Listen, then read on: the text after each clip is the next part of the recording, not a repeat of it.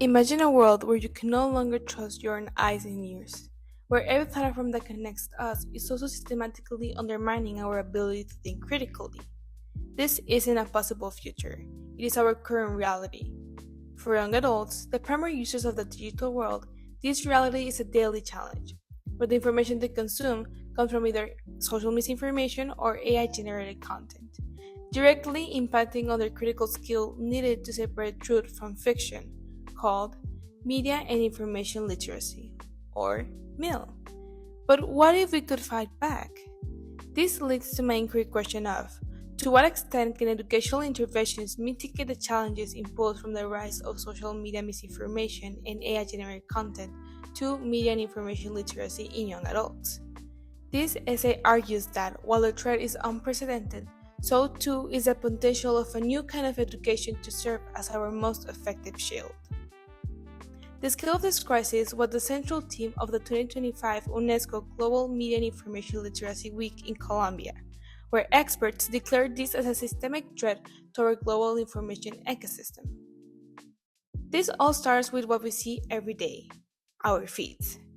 First of all, they form the networks within the social media and utilize the internet, which both are engineered for virality, not veracity, creating a perfect space for expression without the need for reliable information.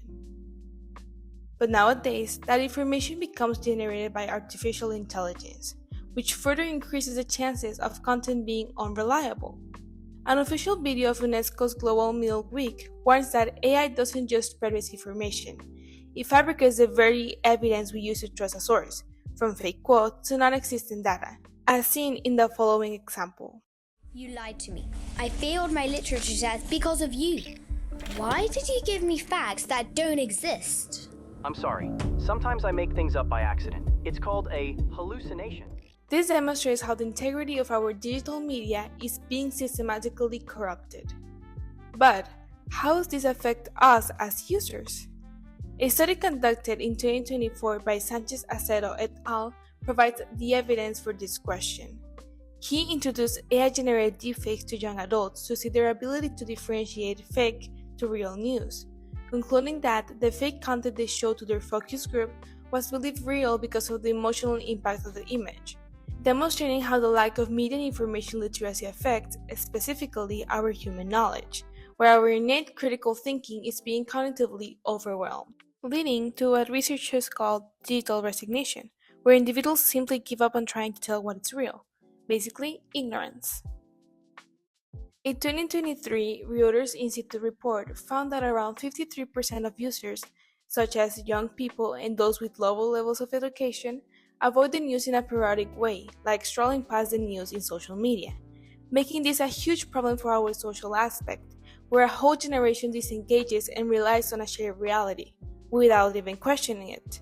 This is where the crisis becomes truly dangerous, where critical thinking fails at a mass scale and gives power to those who know how to use it. The World Economic Forum's 2025 report on rethinking media and literacy showcases a new digital ecosystem where immense power is concentrated with those who are able to manipulate the flow of information, those who know how to use the media and its algorithm to their own advantage. And this power doesn't just misinform, but also shapes the user's digital identity, by making the user believe the stuff you see online, like deepfakes or targeted ads. For example, a CBC News video showcases some examples of these deepfakes, which slowly build your worldview. Minister Justin Trudeau recommended one of these books. Which one? The book that I got excited about reading through. It's called This Can't Be Happening in MacDonald Hall. It's called How the Prime Minister Stole Freedom. Yeah, it was the last one. The Prime Minister never said that. And without even realizing it, your beliefs and even the sense of who you are can also get shaped by this manipulated content. And when this happens, our values and ethics also get affected. You start to care about what the algorithm tells you to care about and get outraged by what it tells you to hate. So the challenge to media and information literacy isn't just about spotting a fake photo anymore. It becomes a fight of your own mind. This raises the importance of protecting our ability to know who you are and what you truly believe in a world that is constantly trying to manipulate you. The need for defense has never become more urgent.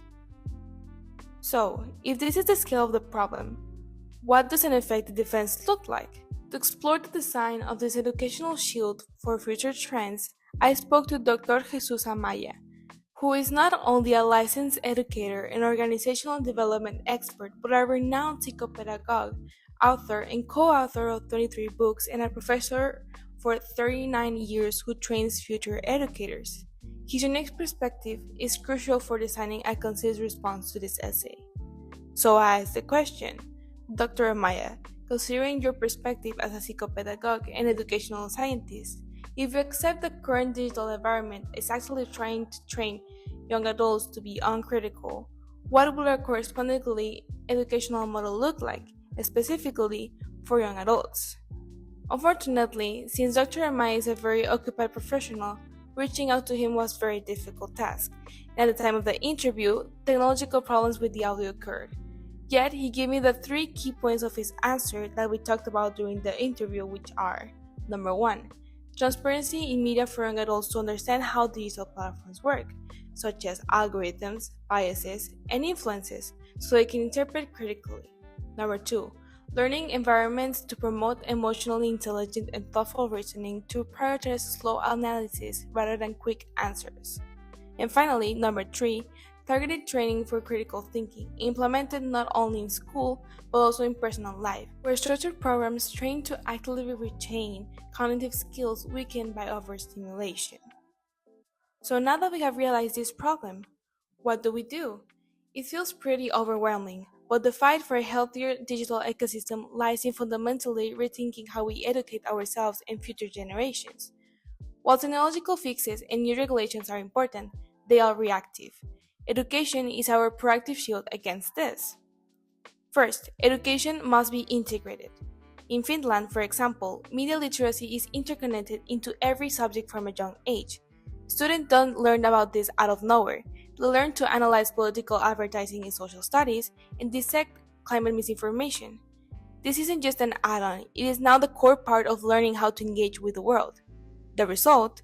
Finland is constantly ranked as the most resilient nation to misinformation in Europe. Second, it must be psychologically smart, building emotional literacy. In Ukraine, even before the full-scale invasion, the government integrated a program called Learn to Discern into its national curriculum. This program, developed with international NGOs, doesn't just teach fact-checking. They train students and even adults to recognize the emotional triggers and manipulative language used in propaganda. This aims to help them build an internal alarm system against content designed to hijack their feelings. Furthermore, it must meet where young adults are, on their feet. An incredible example of this is the Poynter Institute Media Wise for Voters project, which ended in 2020 in the US, where they partnered with teen journalists and creators on platforms such as TikTok and Instagram to create engaging peer-to-peer videos that teach millions how to spot election-related misinformation in real time. And finally, the most important change is a shift in mindset. We must stop treating media and information literacy as a soft skill. In Canada, the province of Ontario has now made a dedicated digital media literacy graduation requirement, signaling that it is as fundamental as math or language arts. So, to what extent can education mitigate this challenge? The rise of misinformation and AI have profoundly challenged MIL, yet they have not made it obsolete. They have made it essential. By investing in education that is integrated, emotionally intelligent, and accessible to all, the role of education becomes to the great extent the most powerful tool to mitigate this situation. Not by aiming to just teach people to spot fake news, but by building a society equipped with the ultimate defense ability by becoming digitally literate, the ability to think for themselves.